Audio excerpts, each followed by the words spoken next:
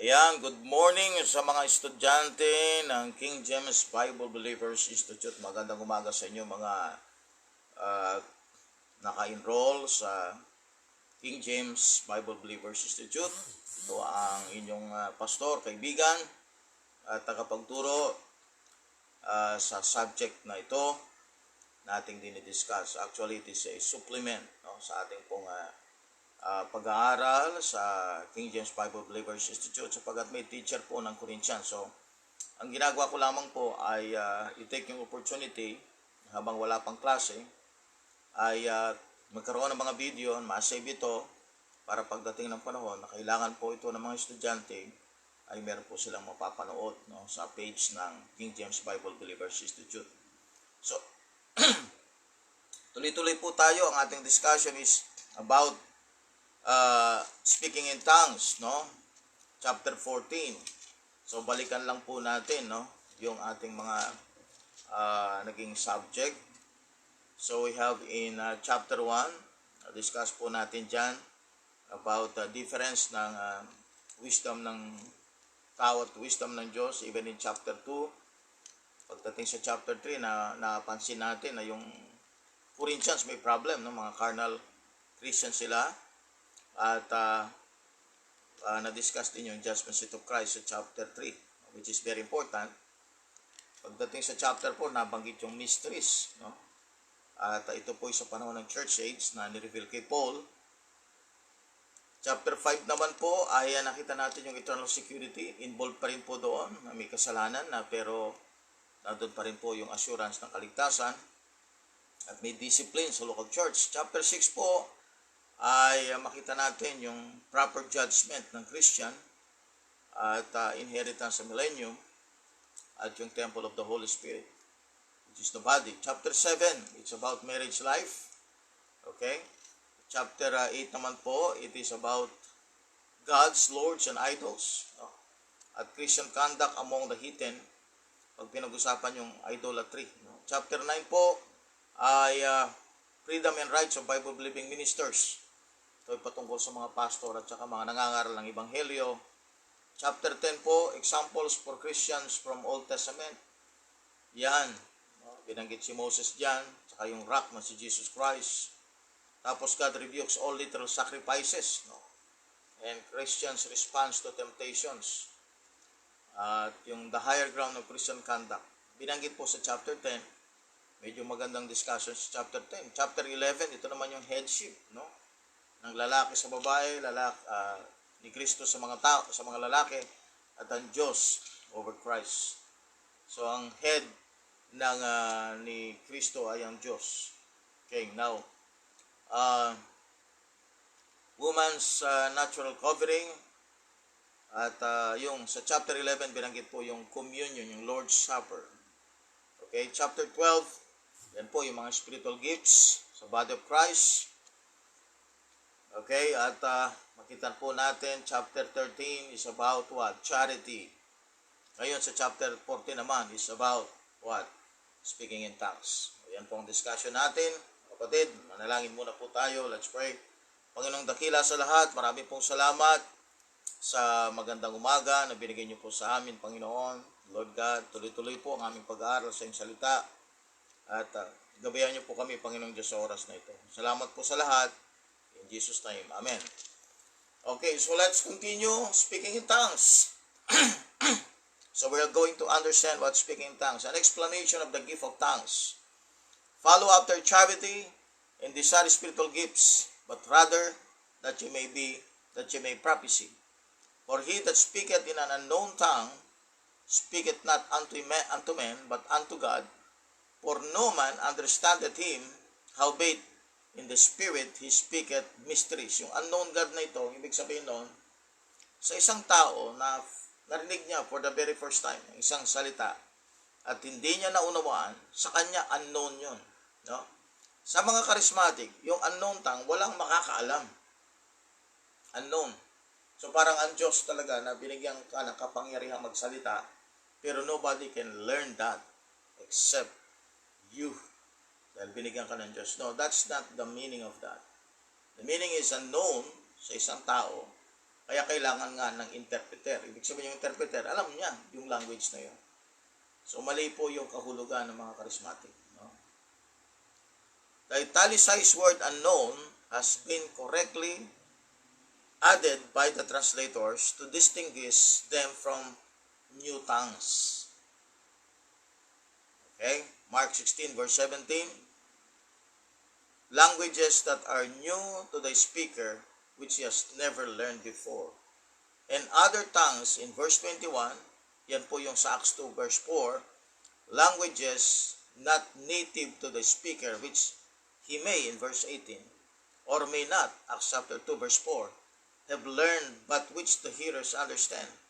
The tongue is unknown because in the context that the language are not known by anybody in the congregation, including the speaker, and need an interpreter. Kaya nga sa verse 13 and verse 27. Kaya nga po, unknown kay Paul, unknown sa congregation, pero known sa isang interpreter.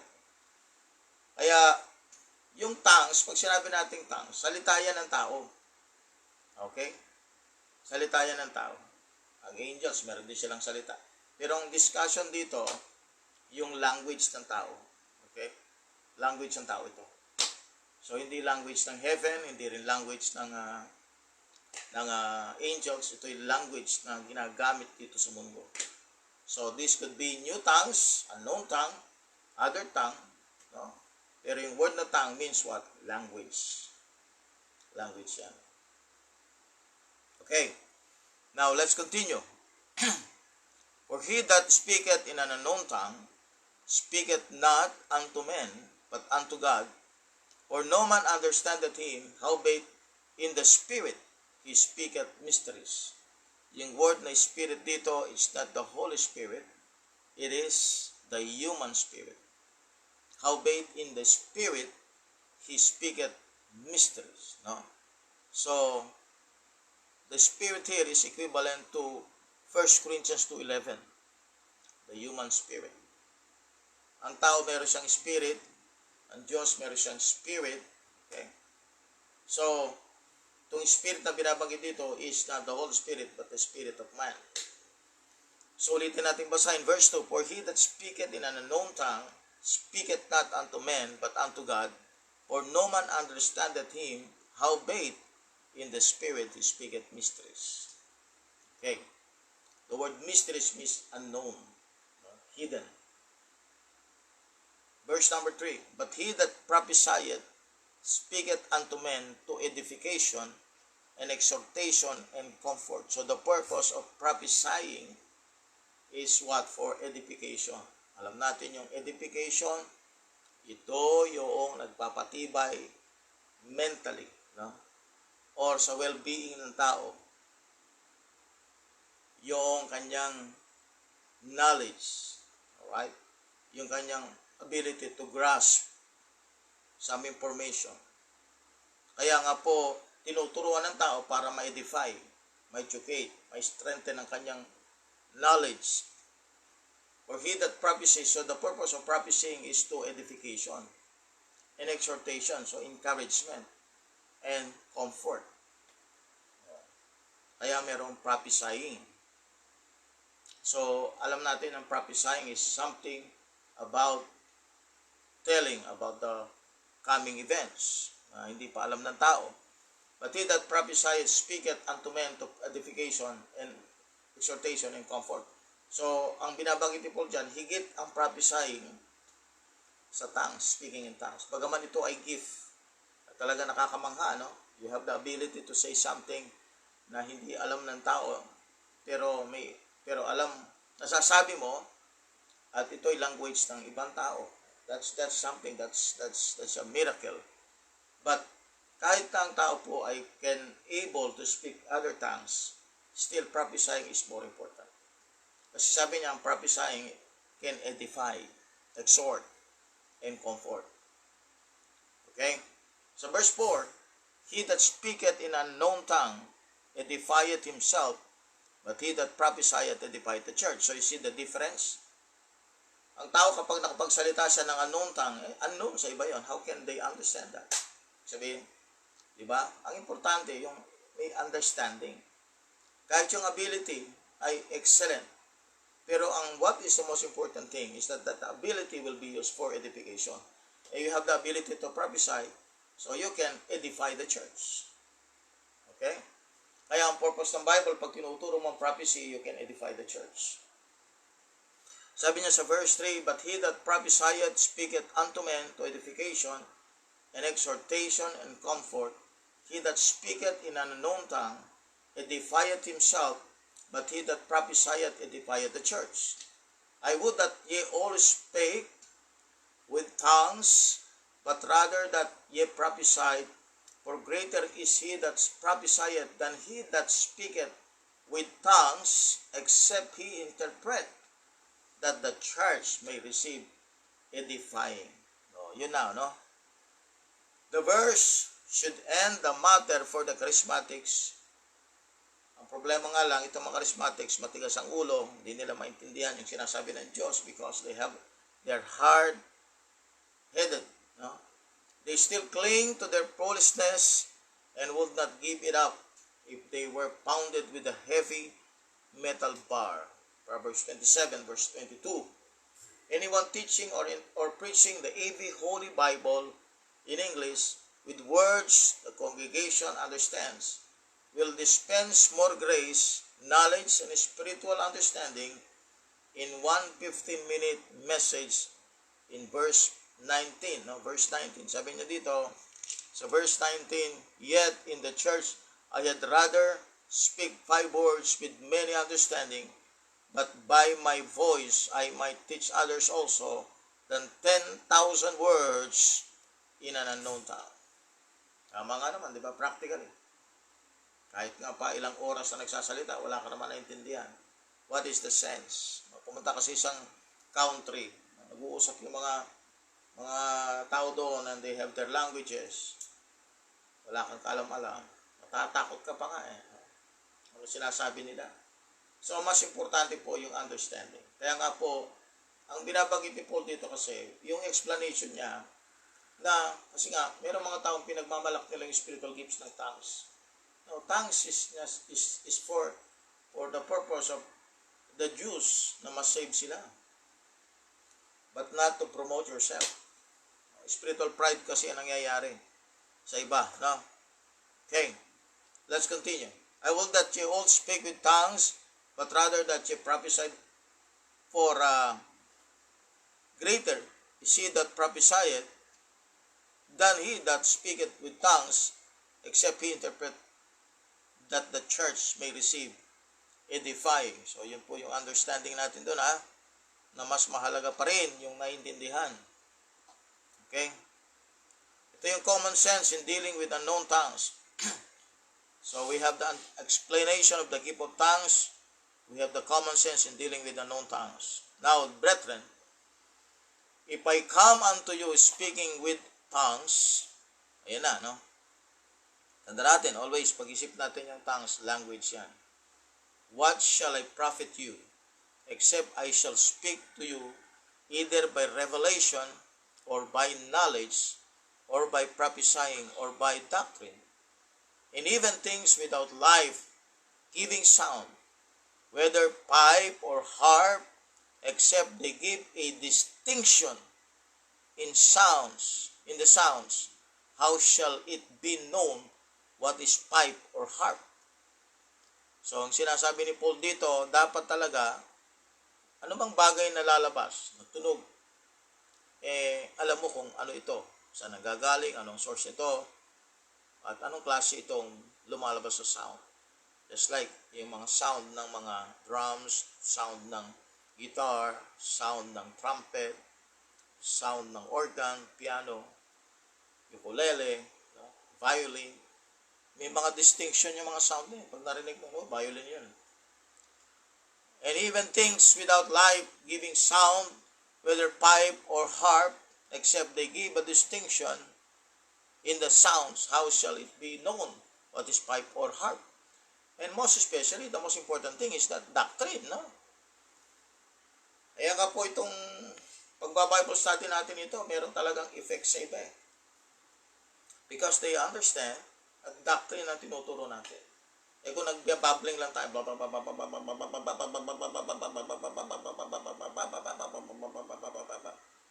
so anong purpose nun? Gawin ko yun ng 1 oras. Salita ko sa harap ng screen. Ano mangyayari sa'yo? Di ba? Kasakit na tenga mo, anong sinasabi ni pastor? Pero pagka nagsasalita ka with you define the words, and then you explain the words, you exhort the people, then it will edify the hearer. So yun ang sinasabi ni Paul dito. Kasi nga, ang problema sa Corinthian church must be promote ang speaking in tongues more than anything else. Kaya nga sabi niya sa chapter 13, anong mahalaga? Charity. Charity. Sabi sa verse 13 ng chapter 13, and now abideth faith, hope, charity, these three, but the greatest of this is charity. See? Yung magiging kapakinabangan sa loob ng church. Yun ang unahin natin. Okay. Move po tayo. For if the trumpet give an unknown, uncertain sound, who shall prepare himself to the battle? Tama ka naman, ano? Kasi yung trumpet, purpose yan talaga for announcing, for preparing the soldiers, and to start for any march o ano man yung attack na gagawin nila. The trumpet will give them the signal, guide them. Sabi nga niya, for if the trumpet give an uncertain sound, who shall prepare himself to the battle, so likewise, kanya, ganun din naman, except ye utter by the tongue words easy to be understood, how shall it be known what is spoken? For ye shall speak into the air. There are, it may be so, many kinds of voices in the world. Ano itong mga voices na ito? These are the voices of the news media, the Pope, the Hollywood, the conscience, the different organizations, the voices of Satan, and the voice of the Lord Himself. You're going to have voices. So, kailangan maintindihan mo saan galing yung voice na yan. Galing ba sa tao? Galing ba sa news media? Galing ba sa Diyos? Galing ba kay Satan? Sabi niya, therefore, if I know not the meaning of the voice, I shall unto him that speaketh barbarian. Kaya nga sa verse 10, sabi niya, there are, it may be, so many kinds of voices in the world, and none of them is without signification. Therefore, if I know not the meaning of the voice, I shall be unto him that speaketh a barbarian. Para akong isang barbarian, sabi niya. And he that speaketh shall be a barbarian unto me. At yung nagsasalita ay parang barbarian din. Ibig sabihin, wala silang pagkakaintindihan. Alright? Now, plain speech is better than unknown tongues. Verse 12, even so ye, for as much as ye are zealous of spiritual gifts, speak that ye may excel to the edifying of the church. Wherefore, let him that speaketh in an unknown tongue pray that he may interpret. Ayan na, no? So, plain speech is better than unknown tongues. Kaya nga, yan ang purpose ng interpreter sa loob ng church. Noong unang panahon, sapagkat meron pang speaking in tongues noon. Ngayon, ginagawa na lang ng mga charismatic yan, pero false yun. False. Erroneous. Alright. We practice this at the Bible Baptist Church in Pensacola, Florida. Sabi ni Dr. Rockman, during revival services in September and February, we hear as many as 9 different foreign languages spoken by those attending, usually by missionaries. So, meron sila mga missionaries, pero they followed with an interpretation. So, kapag sa congregation, nagsalita ka ng ibang language, now, the next thing is to interpret kung anong sinabi. Okay? So without the interpretation, the understanding will be what? Unfruitful. Na sinasabi ni Paul. So verse 14, sabi niya, if I pray in an unknown tongue, my spirit prayeth, but my understanding is unfruitful. The verse has nothing to do with any man not understanding what he is praying. Verse 15 makes it clear that he does understand. The problem is that what he prays does not bear fruit among those who hear him. Verse 16.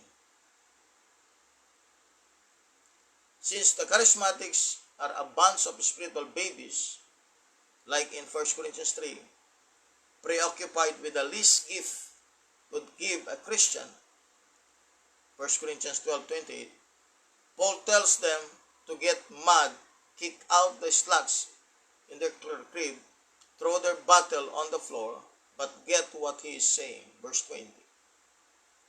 The problem with the charismatics is that they won't grow up and understand the scripture like men. So yun po. Yun po yung karamihan sa ating pong mga leaders ng mga professing Christian. They don't grow. Because, yun na, tinanggap na nila na sila ay tama, wala nang babaguhin sa kanila. So, kahit po volumes of scriptures, ibibigay mo sa kanila, sarado na po yung isip. Kaya tuloy-tuloy, kaya ang problema lang kasi marami silang nahihila. No? Ako po, naranasan ko yan na matend ako sa isang church, ganyan. Sigawan, speaking in tongues, sino-sino, tatayo na lang. Babae, dito pati babae kasi bawal No? So, kailangan, number one, dapat magsasalita ka kung magsasalita ka ng unknown tongue, dapat may interpreter. Pagkat mas mahalaga yung understanding kaysa po yung naririnig lang na wala namang distinction. Pangalawa, dapat po merong benefit. Nakikinabang yung mga nakikinig. So, dapat po talaga with understanding. Kaya nga po, minsan very effective talaga yung nagpipreach tapos pinapaliwanag pa, no? Kasi nga, yung understanding kasi dyan magsisimula yung response ng tao If you preach something and then you explain it at naunawa ng tao yon, next thing is going to respond accordingly. Tama yung kanyang pag-respond. At ganoon din yung prayer, Yung prayer. Pray siya, anong fruit noon, mga kapatid, na yung kanyang pinagpipray, hindi naman naintindihan ng tao. Okay? Verse 15, what is it then? I will pray with the Spirit, and I will pray with understanding also. I will sing with the Spirit, and I will sing with the understanding also. Pag umawit siya with understanding, pagka nanalangin siya with understanding, pag siya'y nag-prophecy with understanding, kapag siya'y nangaral with understanding. So lahat, ang pinaka-importante pala is understanding. Kaya kung meron mang gift of tongues, which sa ating panahon wala na yan Kasi ang purpose talaga ng speaking tongues for the Jewish people. Kasi ang Jewish people, they are looking for sign. 1 Corinthians 1:22. Okay? So, yun nga po, ako po ay nagkaroon ng karanasan noon. Ako po ay nasa college pa sa Baguio. At ako po ay nakapag-attend ng isang church service. At namangha ako sapagkat maraming mga tao na talagang umaawit ng talagang may kasiyahan. And later on, meron ng babae na nagsasalita, wow, wow, wow, wow, wow, wow, wow, wow. Tapos, sa screen, pinakita yung, para bang kumbaga sa i-repeat mo, sasabihin, hallelujah, hallelujah. Puro hallelujah, malalaking mga hallelujah. So, ikaw na kokopyahin mo naman yun. Hallelujah ka ng hallelujah, hallelujah ka ng hallelujah. Hanggang sa dumating ang panahon, bibilisan. Okay. Bibilisan. No? At kakabilis mo, ikaw nag-speaking tongues ka na rin. Hallelujah, hallelujah, hallelujah, hallelujah, hallelujah, hallelujah, hallelujah. Yan. So, kaka-hallelujah mo, yan. Okay? Magiging speaking tongues na rin. Magano ka na. So, hindi na hindi na talagang totoong speaking in tongues.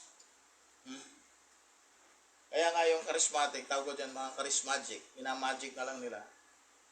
Alright? So, yun po. At tuloy po natin, saglit lang po. Excuse lang po. Minutes lang po. Minutes lang. Ako.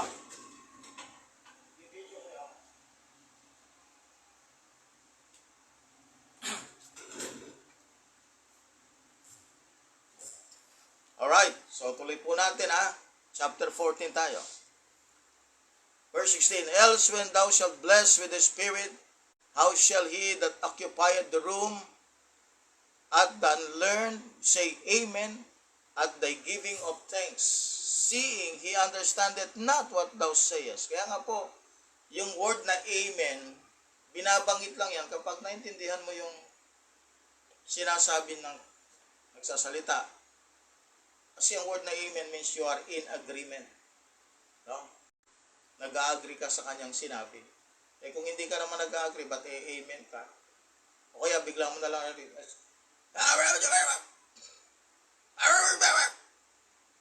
mo na naintindihan. Amen ka naman ng amen. Hindi, aamin ka lang kung talagang tama yung sinasabi at naintindihan mo. Ganon din sa speaking in tongues. Hindi yung narinig mo, tapos, amen ka kagad. No? Ang daming ganyan po sa mga charismatic. Kakanta sila, amen ang amen. May mga ngaral, amen ang amen. Kaya yung word na amen, napakahalaga po niya, kapatid. Mahalaga yan, yung word na amen. Pangalan nga Jesus Christ yan, amen . So, hindi mo pwede palang palabasin ang amen sa bibig mo nang hindi mo naiintindihan yung pinangangaral sa iyo. You can only say amen if you understand. Kaya nga po sa speaking in tongues, hindi mo siya naintindihan tapos amen ka. Kaya nga, it is so important to understand things. No? Understand, most especially the doctrine. The doctrine. Okay. Verse 17, for thou verily givest thanks well, but the other is not edified. Kaya makita ninyo yung word dito, binabanggit edification, understanding, interpretation, prophesying. Lahat yan, ang reason, lahat yan, para mapagtibay ang mga Kristiyano. So, anong purpose ng speaking in tongues? Aalisin mo yan doon. Ang speaking in tongues, magiging useful lang siya kung darating doon siya doon sa point na maintindihan na siya. At maintindihan lang siya kung present ang interpreter. Kung walang interpreter, nagsalita ng German, paano intindihan? Aktong singin da tang do da batang yung da tong niyo mga aktong sprite natin. Wala, hindi ka pwede mag-amen doon. Bakit? Di mo maintindihan, baka mamaya yung mga sinasabi kay Adolf Hitler na pala yun, papatayin ka na pala. German language, wala ka pang alam. Hindi ka pwedeng umamin. Right? So, sabi niya, speak with tongues. I thank my God. Sabi nga niya ni Paul dito, I thank my God, I speak with tongues more than ye all. Isipin mo, kung meron palang magaling na tagapagsalita ng iba't ibang lengguwahe, walang iba si Pablo. He could speak many tongues, di ba? Ano siya Roman citizen, Jewish pa. So he can speak Jew, he can speak Latin maybe in that time, Latin language na. Lawyer yan si Paul. Pero hindi po niya pinopromote yun. Ang pinopromote niya more is understanding. Yet in the church, I had rather speak 5 words with my understanding that by my voice, I might teach others also than 10,000 words in an unknown tongue. See, the purpose of teaching, okay? The purpose of teaching is to establish the hearer about the facts, no? Yung understanding. Okay? Kaya nga, importante po maintindihan natin, ano ba ang use ng speaking in tongues? Ano ba ang use nito? Kasi importante po ito, mga kapatid, maintindihan natin. Kasi baka mamaya, gumagamit tayo ng speaking in tongues, wala pala siyang benefit. Wala siyang spiritual benefit. Ang problema lang po, baka nakakapagsalita tayo ng speaking in tongues and we promote ourselves more than God. Akakala natin sa Diyos na yon o sa Diyos natin ginagawa. Kaya nga po may basihan tayo sa speaking in tongues, chapter 14, sapagkat ito nga ang problema sa Corinthian church. They can speak with tongues, kaya lang wala sa order. Kaya binanggit nga ng Bible dito sa verse 40, let all things be done decently and in order. Kasi may rules rules. So yung word na unknown tongue dyan, mga kapatid, tongue na hindi maintindihan ng iba, but can be understood by an interpreter. Okay. So tongue talaga ito. Lingwahe talaga ito. Hindi ito lingwahe ng langit o lingwahe ng mga anghel. Lingwahe sa mundo ito. Alright? For example, nagsalita ang isang tao ng Chinese. Hindi ka naman Chinese. No? Ilocano ka. Salita siya ng Chinese sa'yo. Oh. Narinig mo siya. Oh. Achuachemu? Oh. Ano kaya sinabi nun? Achuachemu? Ano kaya sinabi niya? Hindi mo maintindihan. So what will happen to you? Unknown sa iyo. So darating ngayon isang Chinese. Papaliwanag niya. Ang explanation ito gano'n. Now that's the only thing that you can understand. So you need an interpreter. Okay? Kaya magkakamali, no? Pag walang understanding, magkakamali talaga. Kaya importante yung interpreter. Kapag walang interpreter sa church, mga kapatid, mas maganda nang walang speaking tongues. Alright? Kailangan pag kami nagsalita ng speaking in tongues, dapat available yung interpreter. At once na sinabi ito, dapat magsasalita yung interpreter. Mga kapatid, ganito po ang sinabi niya para maintindihan po ninyo. Ito po ay lengguwahe ng France. French po yung sinabi niya. Ito po ang ibig sabihin po nito sapagkat marunong po ako ng French. Ito po ang sinasabi. So the purpose of the speaking in tongues is to show that God can give spiritual gifts. And the purpose of that tongue is what? For others to understand something, no? Na meron yung isang tao. And most especially para sa Hudyo. Now sa ating panahon wala na po yung speaking tongues because ang purpose lang yan ay para sa mga Jew, the time ng early Christians na sila ay ma-convert sa Christianity.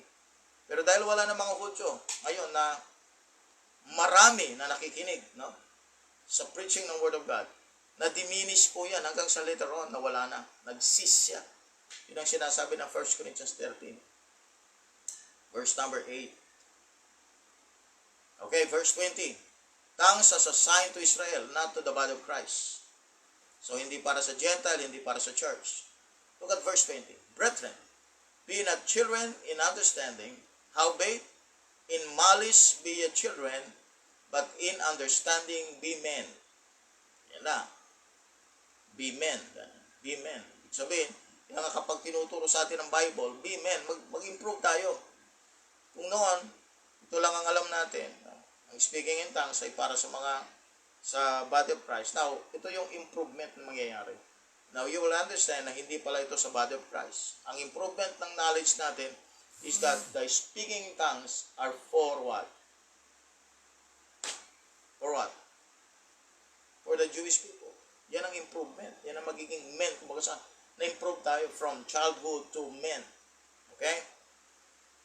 Now, sabi niya sa verse 21, in the law it is written,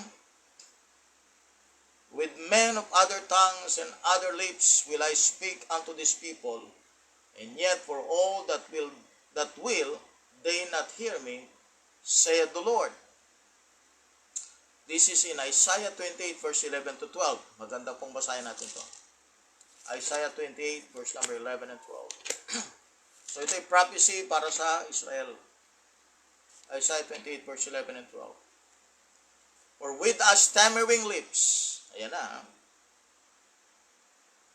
for with stammering lips And another tongue will he speak to these people. To these people, mga Hudyo yun.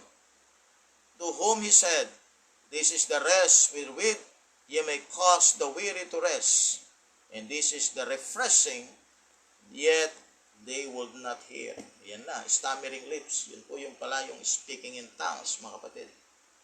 So what is the purpose of the speaking in tongues? For the Jew. Sino mga Hudyo na yon? Yung mga unbelieving Jew. Verse 22. Wherefore tongues are for a sign, not to them that believe, but to them that believe not. O yun. Kanino daw yung speaking in tongues? Hindi doon sa mga nag-believe na, kundi doon sa mga hindi pa nag-believe. But prophesying serveth not for them that believe not, but for them which believe. So, anong purpose ng prophecy? It's for the believer. Anong purpose ng speaking in tongues? For the unbeliever. Eh kung ang congregation, puro believer, kailangan pa bang speaking in tongues? Hindi na. Hindi na. Okay? Pero kapag may unbeliever, at yung unbeliever na yung Hudyo, then kailangan ang speaking in tongues. As I've told you, iilan-ilan na lang, mga kapatid, ang nawiwi ng mga Hudyo. And almost all nations, blinded. Talagang walang-wala. Remnant nga ang sinasabi ng Bible. Sa mga na-save sa church age. Kukunti lang. Kaya yung purpose ng tongues, nawala na rin. Verse 23. If therefore the whole church be come together into one place, and all speak with tongues. Ito yung illustration ni Paul. And there come in those that are unlearned or unbelievers, will they not say that ye are mad? Mira, no? Kung lahat sabi niya nag-speaking in tongues, lahat na, wala nang interpreter. Tapos, sa loob pa ng church. And there come in those that are unlearned or unbelievers, will they not say that ye are mad? O, isipin mo yung effect nun. Nakikita nila, o, itong church na to, may pagka-mad. No? But if all prophecy, there come in one that believeth not, or one unlearned, he is convinced of all, he is judge of all. He could be convinced because yung naririnig niya, naintindihan niya. Verse 25, and thus are the secrets of his heart made manifest, and so, falling down on his face, he will worship God and report that God is in you of a truth. Yun na, yung effect ng understanding. As I've told you, ito po yung order, di ba? Preaching ng Word of God na may understanding, and then darating po doon sa hearer yon, and then that hearer will decide in his heart, then yun na, sasabihin niya, kung meron na siyang decision, maganda na yung kanyang naging decision, yung response niya, maganda, verse 25, and thus are the secrets of his heart made manifest, and so, falling down on his face, he will worship God and report that God is in you of a truth. Verse 26, how is it then, brethren, when ye come together, every one of you, and hath a psalm, hath a doctrine, hath a tongue, hath a revelation, hath an interpretation, let all things be done unto edifying. Nakita niyo yung purpose doon? Unto edifying.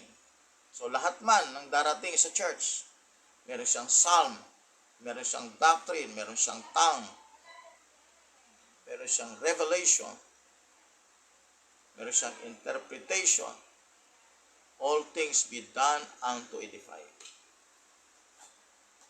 Okay? So gawin lahat para sa edification. O, kita nyo na, kapatid?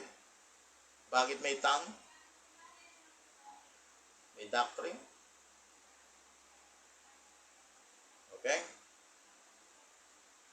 Verse 27. Rules on tongues. If any man speak in an unknown tongue, let it be by 2 or at the most by 3. And that by course, let one interpret. O, ito yung order, ha? Let it be by 2 or at the most 3. Tatlo lang. Talagang babalik tayo sa nakaraan, no? Na may mga Hudyo na unbeliever, tapos may speaking tongues. Dapat at the maximum lang yung tatlo. Pagkatapos ng sabi noon, and that by course, ibig sabihin hindi sabay-sabay. Mauna muna yung isa, pangalawa, pangatlo, at ang susunod noon, interpreter na. Interpret na yung sinabi ng tatlo. But if there be no interpreter, ito maliwanag sa Bible yan, let him keep silence in the church and let him speak to himself and to God. So kung meron mga speaking tongues, nakagano lang siya. Meron ka ako nakakita doon sa jeep gano'n, habang nag-pray. Bumubulong ang dapat po mga kapatid na sa loob ng church, kung gagawin mo speaking tongues, dapat tatlo lang kayo mag-speaking tongues at may interpreter. Pag hindi sinunod ito, unbiblical na yun. Okay? Verse 29. Let the prophets speak 2 or 3. Let the other judge. So kung may prophet man, kasi nga ang situation kasi dito, early Christians to. Kung may prophecy, let the other judge. May mag-judge to. See, may interpreter, may judge pa. No? Verse 30. If anything be revealed to another that sitteth by, let the first hold his peace. For ye may all prophesy one by one, that all may learn, and all may be comforted. And the spirits of the prophets are subject to the prophets. Okay? Verse 32 is, every charismatic who put on pony slain in the spirit, sinned against God. He may not foam at the mouth, kick on the ground, or sweat like Muhammad did, but he will pretend he is like Saul, a demon-possessed paranoid whom the Holy Spirit overcame to prevent him from murdering David. Okay? So, the spirits of the prophets are subject to prophets. So, ano bang klaseng prophecy dyan? O sino mang prophet dyan? Subject sa mga prophets. Sino mga prophets na yun? O ito, yung Bible. Kaya hindi lahat po na nagprophecy mga kapatid, dapat pakinggan, paniwalaan. Dapat isa-subject siya sa Bible. Ito yung final authority. Verse 33. Kasi hindi lahat po ng prophets, nag-declaim na prophets. Galing sa Diyos siya. Si Saul nga, as I've told you, nag-prophecy din yan . No? Si King Saul. So not all prophets are prophets of God. Remember that. Jeremiah 23. Verse 33, for God is not the author of confusion. Kita na but of peace, as in all churches of the saints. Talagang well-defined sa chapter 14. Paano mo gagampanan ang mga gifts na binigay ng Diyos sa iyo? If in those times, ikaw ay prophet, kung those times, ikaw ay speaking in tongues, nasa speaking in tongues, in those times, ikaw ay interpreter, then you have to do that accordingly, no? In descent and in order. Kaya nga sabi niya, God is not the author of confusion, yung gulo, yung hindi pagkaunawa, but of peace, as in all churches of the saints. Kita niyo yan?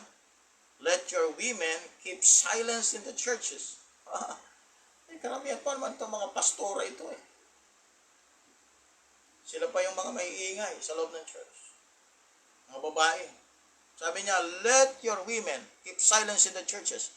Anong silence ito? Ito yung verse 28. But if there be no interpreter, let him keep silence in the church. Let him speak to himself and to God. Tikom niyo yung bibig ninyo. Sabi niya, let your women keep silence in the churches, for it is not permitted unto them to speak, but they are commanded to be under obedience, as also saith the law. Yan . Kaya nga, hindi lalabas sa bibig natin ang isang bagay na hindi tayo makapag-exhort. Huwag lalabas sa bibig natin na mag-create lang ng confusion. Magdala ka ng kapayapaan. Magdala ka ng edification. Magdala ka ng exhortation. If you're going to speak in the church. Because the purpose of the church is to edify each other. Kaya magugulo sa loob ng church. Alam bakit? Kanya-kanya salita . At ang salitang lumalabas, voices, sinasabi ng Bible kanina, hindi talaga para sa edification. Naririnig mo ito, nawawalan ka ng gana. Imbis na mag-worship ka sa Diyos, ala ka ng gana. Because nagdala ng chismis. At yung chismis, yun na chinismis sa loob ng simbahan. Ano nangyari? Diba? Wala ng edification. That's the reason why there are churches they don't enjoy serving the Lord because what is inside the church is no more God's word. God's word na. No? Man's word na. Let your women keep silence in the churches. Ito pa naman ang talagang makita mo mas marami nagsasalita sa loob ng church. Let your women keep silence in the churches, for it is not permitted unto them to speak, but they are commanded to be under obedience, as also saith the law. And if they will learn anything, yung mga babae, let them ask their husbands at home. Yan po ang design sa mga babae, mga kapatid. For it is a shame for women to speak in the church. Nako, talagang bagsak talaga mga pastora dito. No? The context has to do with women speaking in tongues, not testifying, singing, or even witnessing. Ang ibig sabihin yan, yung word na speak yan, speaking in tongues yan. No? Speaking in tongues. Kaya pag ang babae nag-speaking in tongues, bawal po yun. Bawal na bawal po yun sa Bible. Verse 36, what? Came the word of God out from you? Or came it unto you only? Sabi niya, galing ba sa inyo ang salita ng Diyos? Pinag-uusapan dyan yung mga babae. Galing ba sa inyo ang salita ng Diyos? O galing lang sa inyo? So, talagang hindi pwede talaga, no? Hindi pwede talagang pastora, hindi pwede talagang speaking tongues. Sa churches natin ngayon, maraming mali. No? At pagka dumami ng dumami ang mali sa loob ng church, alam niyo na kung ano mangyayari, di ba? Kasi nga, ang spirit na unclean, yan ang kanyang sinusundan. Error. Unclean spirit. Kaya nga may spirit of error. No? Dala niya yan. So, confusion sa loob ng church. If they will learn anything, let them ask their husbands at home, for it is a shame for women to speak in the churches. What? Came the word of God out from you? Or came it unto you only? If any man think himself to be a prophet or spiritual, let him acknowledge that the things that I write unto you are the commandments of the Lord. Kaya kahit po tayo gifted ng anumang bagay, kapatid, then we have always to be subject unto the Word of God. Subject tayo doon sa rule ng Diyos. If any man think himself to be a prophet or spiritual, let him acknowledge that the things that I write unto you are the commandments of the Lord. But if any man be ignorant, let him be what? Ignorant. Grabe, no? Ayaw nyo makinig? Bahala kayo. Magiging mananatili kayong ignorante. Chapter 14, verse 38, this describes the charismatic movement since 1900, which started at Azusa Street Mission and Bethel Bible College in Topeka. Here is some nonsense from radio broadcast. Ang sabi niya, the folks over at the Church of God will be in revival until March 2. A lot of our folks are not here today, but we trust that they are somewhere. We're just going to praise God and serve Him around here for the next 15 minutes. Well, hallelujah to God. We have to go hurry right along lest we not finish. Sipin mo po, no, mga kapatid, na they are thinking about revival, they're thinking about God is with them, but in reality, the order of God is not followed. So the order of God is not followed. But if any man be ignorant, let him be ignorant. Verse number 39. Kaya nga sabi ko po sa inyo, ang pinakamalaking problema ay ignorance.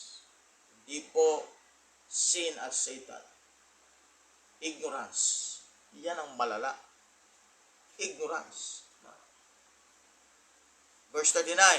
Wherefore, brethren, covet to prophecy and forbid not to speak with tongues. So, sinasabi niya, huwag mo i-forbid ang speaking tongues. Pero ilagay mo sa batas, ilagay mo sa order, ilagay mo sa ayos. May gamit din yan eh. May gamit yung prophecy, may gamit yung speaking tongues. Pero we're dealing with Corinthian church. We're not dealing to every Christian churches. Kasi nga ang Corinthian church, may time sila, may panahon sila, may period sila. As I've told you, ito yung panahon na kung saan ang mga Hudyo, wini-win pa. Ito yung period ng dispensation natin ng early Christian churches na kung saan po wini-win pa ang mga Hudyo. Later on, makita niyo at the end of the book of Acts, wala na yung mga Hudyo. Ayaw nilang makinig kay Pablo. So ito yung period ng Acts pa, yung Corinthian. Wherefore, brethren, covet to prophecy, and forbid not to speak with tongues. Let all things be done, what? Decently, and in order. Yan, maliwanag po. Amen? Kaya nga may Bible tayo para i-order tayo. Sabi ng Bible, order my steps, O Lord. At thy word, order my steps.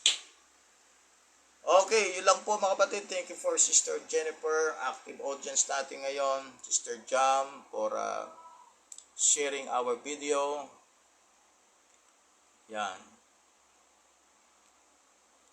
At sa iba pa natin mga kasama ngayon. Salamat po. And God bless po sa inyo pong pagsubaybay. Pagsama Sister Annalise sa bukat kasama natin ngayon. Okay, so tayo po ay manalangin. Let us pray. Lord, maraming salamat po for giving us a wonderful time sa iyong salita, Lord God. We enjoy your word, Lord God. We enjoy studying word. Appreciate po namin, Panginoon Diyos, ang saya na kami, Panginoon Diyos, ay natututo at nailalagay sa tama at wasto ang aming mga buhay. Thank you for giving us this opportunity. In Jesus' name. Amen at amen. God bless.